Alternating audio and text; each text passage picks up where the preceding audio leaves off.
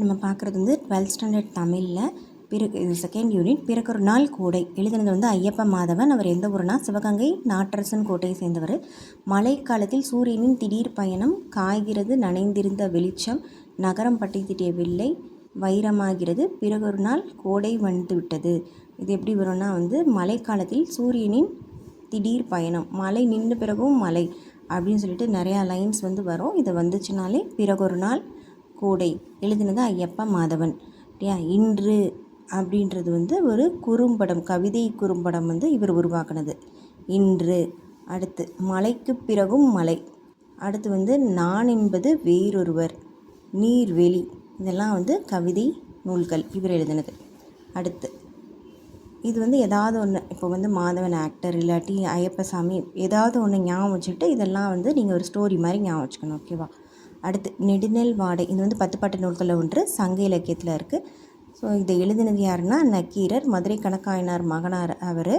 இதில் நெடுநெல் வாடையில் மொத்தம் இது நெடுனா வந்து அந்த தலைவி வந்து தலைவனை பிரிஞ்சு வருந்துறது, நல்லுனா வந்து தலைவன் வெற்றி பெறுறது, நல்ல விஷயம். 2 இருக்குது. ஸோ ரெண்டுமே ஒரே மாதிரி தானே ஈக்குவலாக இருக்குல்ல. ஸோ அதனால் 188 அடி அப்படின்னு ஞாபகம் வச்சுக்கணும். இது ஒரு ஆசிரியப்பா. பாண்டியன் நெடுஞ்செழியன்னா வந்து இதோட பாட்டுடைய தலைவன். பாண்டியன் நெடுஞ்செழியன் வின் பண்ணிட்டு வர்றது, அவர் தான் பாட்டுடைய தலைவன். ஐப்பசி அடைமொழி, கார்த்திகைனா கனமழை.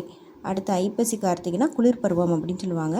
வையம் பனிப்ப வளநேர்வு வளையி பொய்யாவானம் புதுப்பெயல் பொழிந்துனா ஆறுகளி கொடுங்கோல் கோவலர் புலம்போடு பெரும்பனி நடுங்க. அந்த குளிரில் கஷ்டப்படுறாங்க, போர் வின் பண்ணிட்டு வந்துட்டாங்க. பட் திரும்ப ரிட்டன் வீட்டுக்கு வர்றதுக்குள்ளே குளிரில் நடுவில் தங்கி கஷ்டப்படுறாங்க. ஸோ பனின்னு வந்துட்டாலே வந்து நெடுநல் வாடை. சரியா ஞாபகம் வச்சுக்கணும். புதுப்பெயல், அதாவது பனியில் குளிரில் இருந்துக்கிட்டு இருக்கப்போ பக்கத்தில் ஏதாவது ரைஸ் ஏதாவது சமையல் பண்ணாங்கன்னா அந்த நெல் வாடை வந்து அப்படி கமகமான்னு இருக்கும். அப்படி ஞாபகம் வச்சுக்கணும். புதுப்பெயல்னால் புதுமலை. ஆறுகளினா வெள்ளம். கொடுங்கோல் அப்படின்னா வளைந்த கோல்.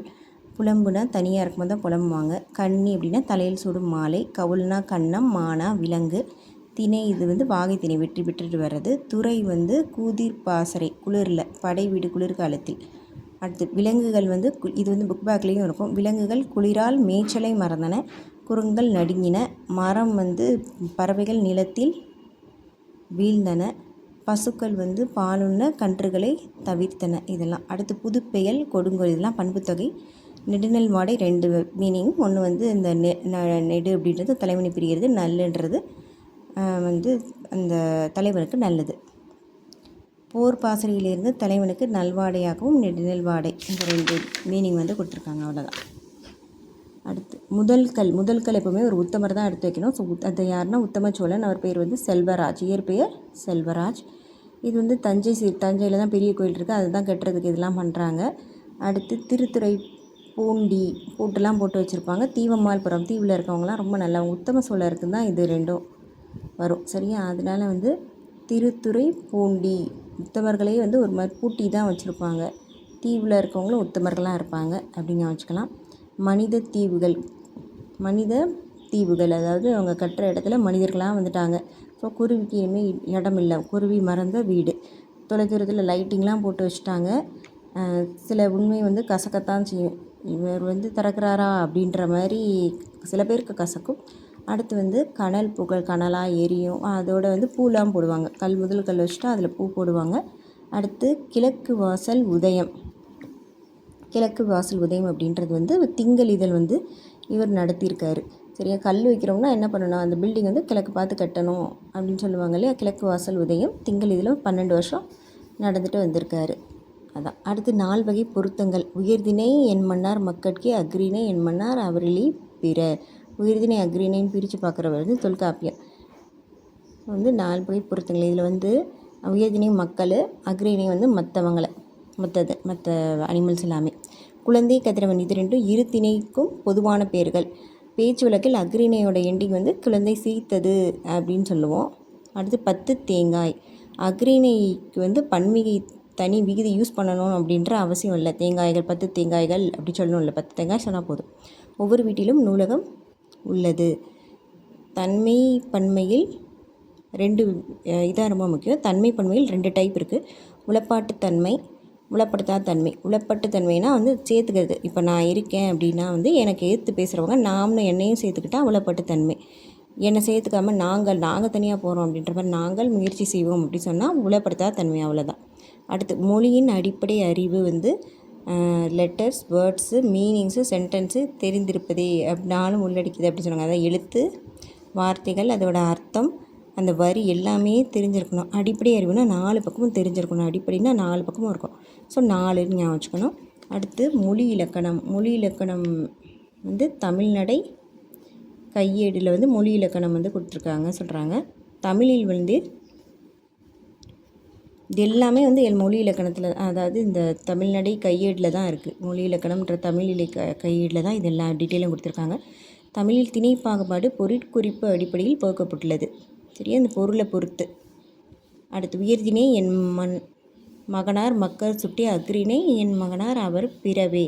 உயர்திணை அக்ரிணைனாலே தொல்காப்பியம் தான். யாருன்னா உயர்திணை, எதுனா அக்ரிணை, அவனவள் அவள்னா பதிலீடு பெயர்கள். ஹீ ஷீ இட்டுன்னு வேறு ஒரு பேருக்கு பதிலாக வர்றது. ஸோ பதிலீடு பெயர்கள். நாங்கள் முயற்சி செய்வோம் உளப்படுத்தா, நாங்கள் பிரிச்சுட்டு நம்ம கூட சேரலை, நாம் அப்படின்னா சேர்த்துட்டாங்க சுலப்பட்டு. நாங்கள், நாம், தன்மை பன்மை பெயர்கள். அடுத்து குரங்குகள் வந்து குளிரால் நடுங்கின. குரங்குகள் வந்து குளிரால் நடுங்கின. பசுக்கள் வந்து கன்றுகளை தவிர்த்தன.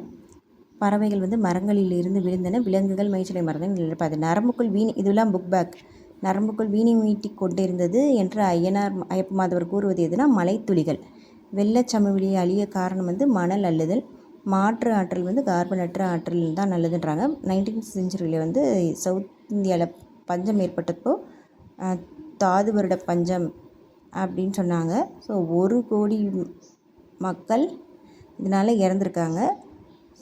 அப்போ வந்து நீதிபதி மாயூரம் வேதநாயகம் தான் சொத்தை விற்று கொடையளித்தார். இது ஃபுல்லாக வேதநாயகம் பற்றி. வேதநாயகம்னு நீங்கள் வேதம் அஜித் கூட ஞாபகம் வச்சுக்கலாம். வேதநாயகம்னு ஒரு படத்தில் வரும். நீயே குருவி மேரு அப்படின்னு வந்து இவர் யார் பாராட்டுறாரு அப்படின்னா கோபாலகிருஷ்ண பாரதியார். தமிழில் முதல்ல வந்து பிரதாப முதலியார் அப்படின்னு ஒரு சரித்திரத்தை இயற்றினார். தமிழில் ஃபஸ்ட்டு பிரதாப முதலியார் அப்படின்னு ஒரு சரித்திரத்தை ஏற்றுறாரு. மாயவரம் நகர்மன்ற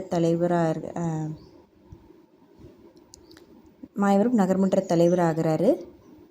யாரோட ஃப்ரெண்ட்ஸ் ஆகிறாரு? மீனாட்சி சுந்தரனார், ராமலிங்க வள்ளலார், சுப்பிரமணிய தேசிகர், இவங்க கூடலாம் ஃப்ரெண்ட்ஸாக இருக்கார். 1805 1861 வரைக்கும் இங்கிலீஷ் நீதிமன்ற தீர்ப்புகளை தமிழில் டிரான்ஸ்லேட் பண்ணி இவர் சொல்லியிருக்காரு. ஏன்னா இவரே நீதிபதி. தமிழில் டிரான்ஸ்லேட் பண்ணி இவர் தான் போட்டிருக்காரு. சித்தாந்த சங்கீரம் என்ற நூலில் வெளியிட்டிருக்கிறார். பெண்மதி மாலை, இந்த தீர்ப்பெல்லாம் இங்கே வெளியிட்டிருக்கார். பெண்மதி மாலை, திருவருள் அந்தாதி, சர்வ சமய சமரச கீர்த்தனை, சுகுண சுந்தரி நூல்லாம் வந்து நூல் தனிப்பாடல் எல்லாம் இவர் ரிலீஸ் பண்ணியிருக்காரு. இசை வீணை வாசிப்பதில், அப்புறம் வந்து 1000க்கும் மேற்பட்ட கீர்த்தனை இயற்றுவதில் வல்லவர். கல்வி விஷயம் பற்றி உன் பாலன் சொல்வதை கேள் என பினா ஆக்ஷேபித்தார். பாட்டி சொன்னதை சொல்லாமா, நீ சொல்வது சரியல்ல, கல்வி சாமானிய விஷயம் இல்லை அப்படின்னு சொல்லிட்டு இதெல்லாம் வந்து பிரதாப முதலியார்ன்ற வர்ற வேர்ட்ஸு வேதநாயகம் எழுதினது. 1977 கென்யா நாடுகள் அழிக்கப்பட்டதால் வங்காரி மத்தாய் பசுமை வளாக இயக்கம்னு ஒன்று தோற்றுவிக்கிறாரு. ஸோ மக்களாட்சியின் பயன் அது. அதுக்கப்புறம் 30 வருஷம் கழித்து ஆப்பிரிக்க பெண்கள் மரம் நட்டு உணவு, எரிபொருள், மண் அரிப்பு எல்லாத்தையும் தடுத்துருக்காங்க. 3 கோடி பெண்கள் இதில் ஈடுபட்டிருக்காங்க அப்படின்றாங்க. வங்காரி மத்தாய் நாடாளுமன்ற உறுப்பினர் ஆனார். என்விரான்மெண்ட் அமைச்சராக ஆகியிருக்காரு, சுற்றுச்சூழல் அமைச்சராக. இது வந்து நோபல் ப்ரைஸ் ஃபார் மரம் வளர்ப்புக்காக 2004 நோபல் ப்ரைஸ் வாங்கியிருக்காரு. திரும்ப வேதநாயகம் கொஞ்சம் கன்ஃபியூஸ் ஆகாது, மட்டும் திரும்ப பார்த்துடலாம். வேதநாயகம் அப்படின்றவர் யாருன்னா நீதிபதி மாயூரம் வேதநாயகம். சரியா, சவுத் இந்தியாவில் வந்து நமக்கு பஞ்சம் ஏற்பட்டப்போ சொத்தை விற்று கொடையளித்திருக்காரு. வேதநாயகம் நம்ம அஜித் ஞாபகம் வச்சுக்கலாம். நீயே குருவி மேரு அப்படின்னு சொன்னவர் யாருன்னா கோபாலகிருஷ்ண பாரதியார். பாரதியார் யாருனாலும் பாருவார். இது ஸ்பெசிஃபிக்காக எந்த பாரதியார்னா கோபாலகிருஷ்ண பாரதியார். கோபால நம்ம சவுத் இந்தியன் பேர் மாதிரி. ஓகே, தமிழில் ஃபஸ்ட்டு வந்து இவர் பிரதாப முதலியார் அப்படின்ற ஒரு சரித்திரத்தை இயற்றுறாரு. சரியா, முதல்ல யார் தலை அதை மீன் பண்ணி பிரதாப முதலியார்னு ஒரு சரித்திரத்தை இயற்றுறாரு. மாயவரத்தில் நகர்மன்ற தலைவர். அரசியலுக்கு வாங்கன்னு நம்ம சொன்னாலும் வந்து என்ன பண்ணுறாங்க ஆக்சுவலி, பட் ரியல் அந்த வேதநாயகம்னா ஆயிருக்காரு, நகர்மன்ற தலைவர் ஆயிருக்காரு. அதனால தான் இவரையும் கூப்பிட்டுட்ருக்காங்க. மாயம்லாம் பண்ணாதீங்க, நகர்மன்ற தலைவர் ஆயிருங்க அப்படின்னோடனே நகர்மன்ற தலைவர் அவர் ஆயிட்டார். யார் கூடலாம் ஃப்ரெண்ட்ஷிப்பு? மீனாட்சி சுந்தரனார் ஒரு பாட்டு கூட நடிச்சிருப்பார். மீனாட்சின்னு ஒரு சாங் நடிச்சிருப்பார். அடுத்து ராமலிங்க வள்ளல், இவரே ஒரு வள்ளல்னு சொல்லுவாங்க, எல்லாருக்கும் எல்லாம் ஹெல்ப் பண்ணிக்கிட்டே இருப்பார். அதனால வந்து இன்னொரு வள்ளலோட பேர் ஃப்ரெண்ட்ஸ் ஆகிருக்காரு. அடுத்து சுப்பிரமணிய தேசிகரோட ஃப்ரெண்ட்ஸ் ஆகிருக்கார். இவர் வந்து நீதிமன்ற தீர்ப்புகளை தமிழில் எந்த வருஷத்துலேருந்து எந்த வருஷம் ட்ரான்ஸ்லேட் பண்ணாங்க அப்படின்னு கேட்பாங்க. கேட்டால் 1805 1861 வரைக்கும் இல்லையா. இவர் பேரோட லெட்டர்ஸ் பார்த்திங்கன்னா 1 2 3 4 5 6 லெட்டர் இருக்கா. ஸோ 61 வரைக்கும் ஞாபகம் வச்சுக்கணும். 60 இவர் தான் நம்பர் 1 தலை. ஸோ 61 வேதநாயகர் தான் நம்பர் 1. 61 வரைக்கும் ட்ரான்ஸ்லேட் பண்ணியிருக்காரு. இப்போ 5 வயசில் நடிக்க வந்தாச்சு, குழந்தை நட்சத்திரமாக நடிக்க வந்து 61 வரைக்கும் ட்ரான்ஸ்லேட் பண்ணியிருக்காரு. அடுத்து சித்தாந்த சங்கீரகம் அப்படின்ற ஒரு நூலில் தான் இதை வெளியிட்டிருக்காரு. சித்தாந்தம் படிக்கிறதுக்கு பதிலாக இந்த தீர்ப்புகளை படிங்க அப்படின்ட்டு வெளியிட்டிருக்காரு. அடுத்து பெண்மதி மாலை. அடுத்து திருவருள் அந்தாதி. சரியா, இவர் தான் வந்து இவர் ஃபேன்ஸ்லாம் இவர் தான் அருள் கொடுக்கணும் அப்படின்னு, ஆதி அந்தம் நீங்கள் தான் அப்படின்னு உட்காந்துட்ருப்பாங்க. சர்வ சமய சமரச கீர்த்தனை, சர்வ சமயம் நீங்கள் தான்றப்போ இவர் தான் சமரசம் பேசுவார். வீட்டை போய் பாருகடை முதல்லன்னு சமரசம் பேசுவார். சுகுண சுந்தரி, பெண்மதி மாலை இது ஒரு ஹீரோயின், பெண்மதி மாலை இது வந்து சுகுண சுந்தரின்றது இன்னொரு ஹீரோயின், 2 ஹீரோயின் கூட நடிச்சிருக்காரு. நூல் மற்றும் தனிப்பாடல்கள் இவர் இயற்றினது. சரியா, இவர் இசை வீணை வாசிப்பதில் 1000க்கும் மேற்பட்ட கீர்த்தனை ஏற்றுவது. வீணை வாசிக்கிறது வந்து ஒரு படத்தில் வந்து வீணை வாசிக்கிற மாதிரி காமிச்சிருப்பாங்க. ஸோ 1000 கீர்த்தனைக்கு மேலே எதுனா வேதநாயகம். கல்வி விஷயம் பற்றி உன் பாலன்னு சொல்வதுக்கு இவங்க ஒய்ஃபும் வந்து டிஸ்கஸ் பண்ணுற மாதிரி இந்த கதை, அந்த மாதிரி ஞாபகம் வச்சுக்கோங்க. அடுத்து இது நம்ம பார்த்துருக்கோம். கென்யா நாட்டில் வங்காரி மத்தாய் தான் வந்து காடுகள் அழிக்கப்படுதல் பசுமை உலக இயக்கம் தோற்றுவித்தார். அடுத்து வந்து பெண்கள் அதில் 30 வருஷம் 3 கோடி பெண்கள் ஈடுபட்டு அதை வந்து கண்ட்ரோல் பண்ணியிருக்காங்க. அதனால் வந்து நாடாளுமன்ற உறுப்பினர் ஆனார். என்விரான்மெண்டல் அமைச்சர் ஆகியிருக்காரு. நோபல் ப்ரைஸ் வாங்கியிருக்காரு மரமுளைப்புக்காக. இதில் எது முக்கியம்னா அந்த வருஷம்தான் முக்கியம். ஒன்று 1977, இன்னொன்று 2004. சரியா, கென்யா காடுகள் அழிக்கப்படுதல் வங்காரி மத்தாய் பசுமை உலக இயக்கம் தோற்றுவித்த காடு. சரியா, மரம் எப்படி இருக்கும், அப்படி நீளமாக இருந்து இந்த மாதிரி மேலே அங்கிட்டு கிளைகள்லாம் அந்த பக்கம் வளர்ந்துட்டு போகும். ஸோ 7 அந்த மரத்தை அழிச்சிட்டாங்க. 7 ஈஸி அந்த கீழே இருக்க காலை அழிச்சிட்டா போயிடும். ஸோ 77 அப்படின்னு ஞாபகம் வச்சுக்கணும். சரியா, அடுத்து பசுமை உலக இயக்கம், காடுகளுக்கான பசுமை உலக இயக்கம் இப்போ தோற்றுவித்தது 77. அடுத்து அவர் நோபல் ப்ரைஸ் வாங்கினது மொத்தம் 3 கோடி மக்கள் ஈடுபட்டிருக்காங்க. நோபல் ப்ரைஸ் வந்து எப்போ வாங்கினார் அப்படின்னா 2004. எதுக்காக நோபல் ப்ரைஸ் கொடுக்குறாங்க?